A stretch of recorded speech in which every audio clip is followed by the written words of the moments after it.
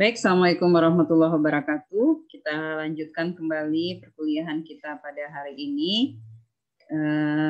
Sebelumnya kita sudah bahas mengenai kegiatan usaha bank syariah di bidang funding. Kemudian kita sudah bahas pembiayaan bank syariah di bidang financing atau lending atau menyalurkan dana kepada masyarakat. Nah, kita sudah bahas dengan pola pembiayaan jual beli dengan akadnya jual beli salam, jual beli murabahah. Nah, hari ini kita bahas tentang pola jual beli yang kedua. Saya share terlebih dahulu. Nah, kita masuk pembahasan kepada pola jual beli. Nah, saya jelaskan terlebih dahulu sebelum masuk ke ini. Nah, produk pembiayaan bank syariah itu ada polanya jual beli, ada kerjasama, kemudian ada sewa menyewa. Nah, untuk minggu kemarin kita sudah bahas jual beli dengan konsep jual beli murabahah. Nah, hari ini kita masuk ke jual beli salam. Nah, apa itu jual beli salam? Nah, saya pernah ketawa membaca jawaban mahasiswa yang mungkin ketika kuliah tidak menyimak atau ketika kuliah hanya bercanda-canda saja atau kuliah hanya sekedar melepas kewajiban saja. Ketika saya tanya mahwa bai'us salam, apa itu jual beli salam? Lalu dijawabnya jual beli salam adalah jual beli dengan cara bersalaman. Nah, ini tidak boleh lagi terjadi di mahasiswa saya. Ya. Nah, apa itu jual beli salam? Saya slide so mungkin ya. Ini dari awal lagi ya.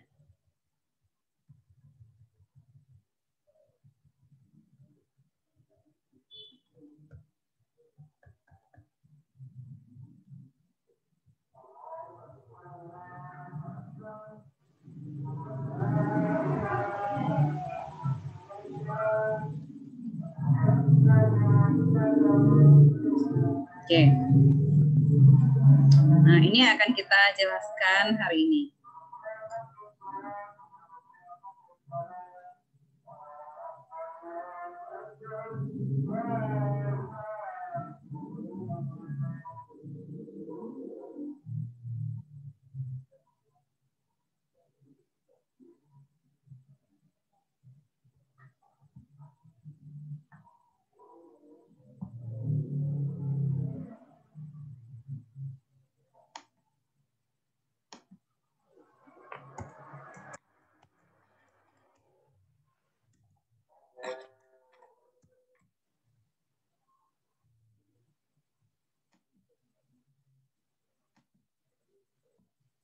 Oke, ini yang saya mau jelaskan hari ini. Kita membahas tentang jual beli salam atau pembiayaan salam yang ada di bank syariah.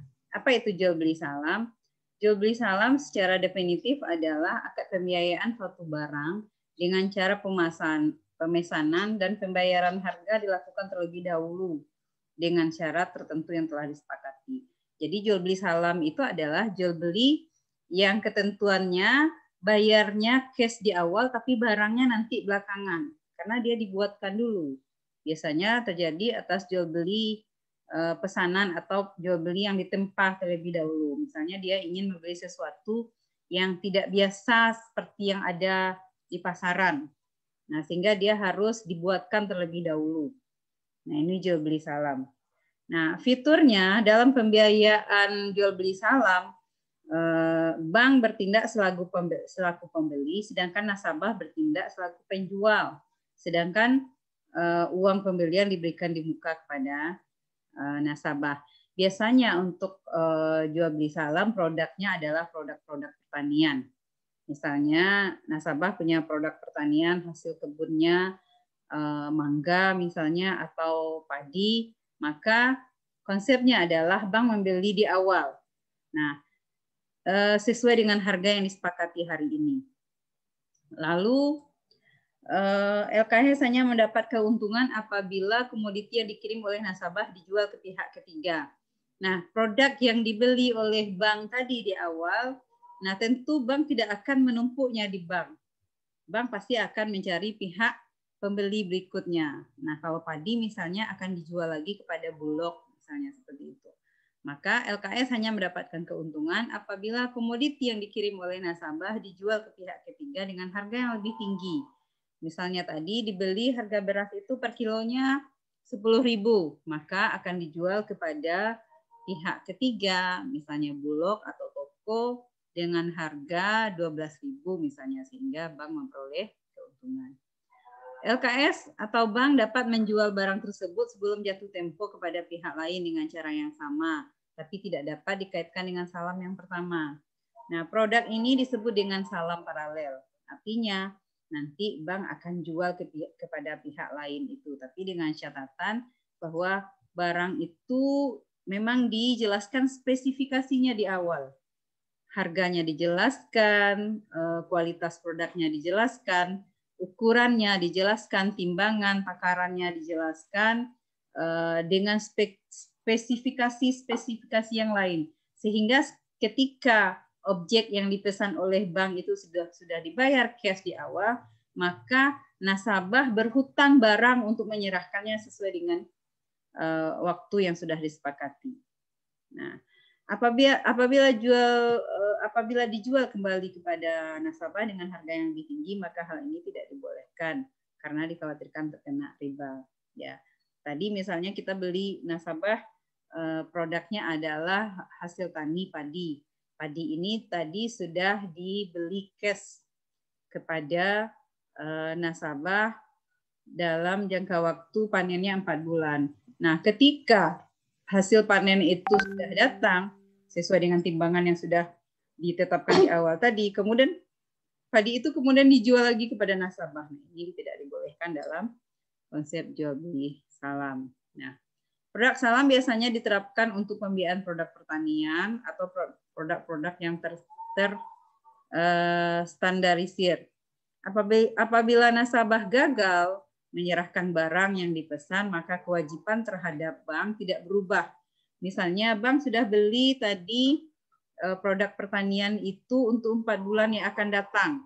Artinya padinya baru akan datang ketika nasabahnya sudah panen. Ternyata nasabahnya gagal dalam produksi padinya. Maka kalaupun nasabahnya gagal, maka nasabah berhutang sampai bisa menghadirkan padi itu kepada bank. Ya, karena dia adalah konsepnya jual beli salam, bukan berbagi modal atau bukan memberikan modal, tapi dia membeli produknya adalah hasil pertanian. Artinya penyerahan barang harus tetap dilakukan meskipun harus ditunda karena kegagalan tadi.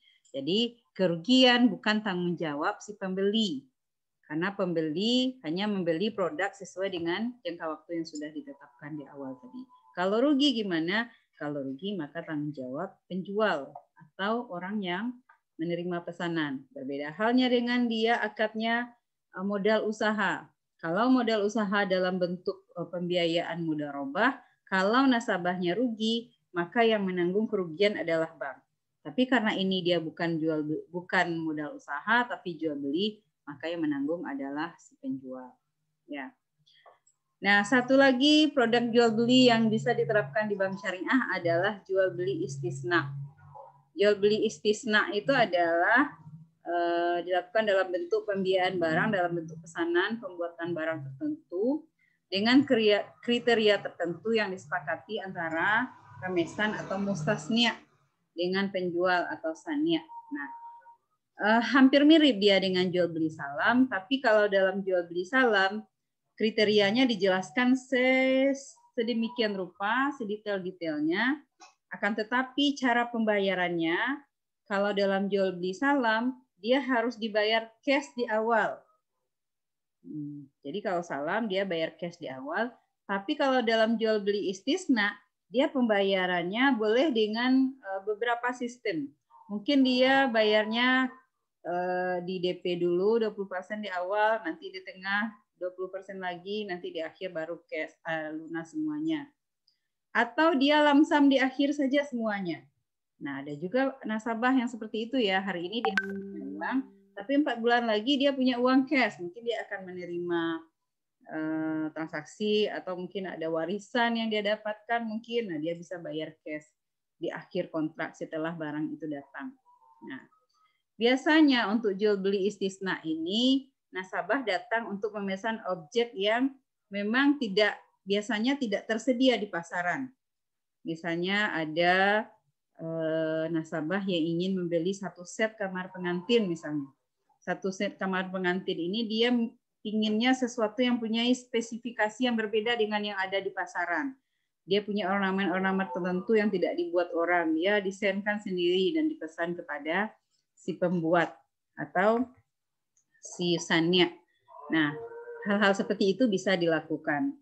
Tapi dia tidak punya uang cash di awal, dia hanya punya uang cash, nanti dicicilkah atau dia dilakukan secara lamsam di akhir. Nah, itu untuk gambaran pembiayaan BO istisna. Fiturnya adalah pembiayaan berdasarkan istisna ini mirip dengan salam, perbedaannya terletak pada objek yang dibiayai dan cara pembayarannya. Pada istisna, objek yang dibiayai bersifat customized sehingga harus dibuat terlebih dahulu. Pada salam, objek yang dibeli atau dibiayai terstandarisasi. Artinya dia sudah ada di pasaran, tapi dia pesan dulu baru dia ada gitu. Tapi kalau dalam jual beli istisna, dia customize. Nah, customasi itu dia tidak lumrah ada di pasaran, tapi dia ingin sesuatu yang memiliki ciri-ciri sesuai dengan keinginannya. Nah, itu bedanya.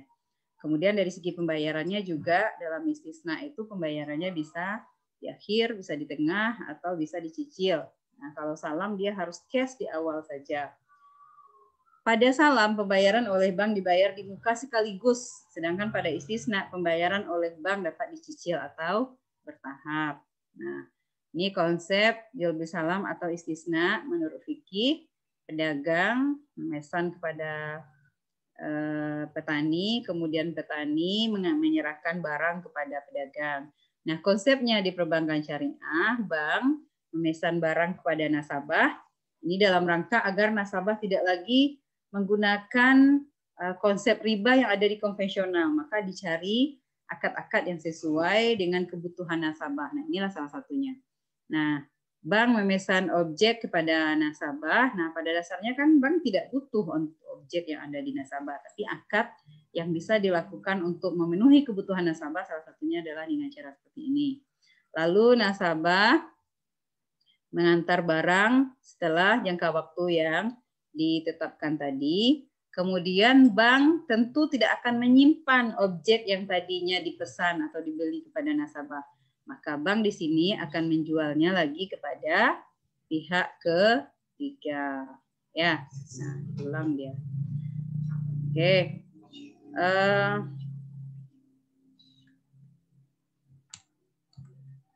Oke. Nah, ini bentuk pola pembiayaan yang pertama yang kita bahas, pola pembiayaan dalam bentuk jual beli. Ada 3 bentuk jual beli juga yang bisa dilakukan. Ada jual beli murabahah, ada jual beli salam, dan ada jual beli istisna. Ketiga-tiga ini bisa dilakukan oleh bank syariah dalam rangka variasi produk agar nasabah bisa agar kebutuhan nasabah bisa terpenuhi terhadap modal usaha sehingga nasabah tidak lagi terlibat dengan konsep riba yang ada di konvensional. Baik, kalau ada pertanyaan nanti kita akan jawab melalui chat. Kita tutup dulu. Kita stop. Kita sudahi perkuliahan kita pada hari ini. Kita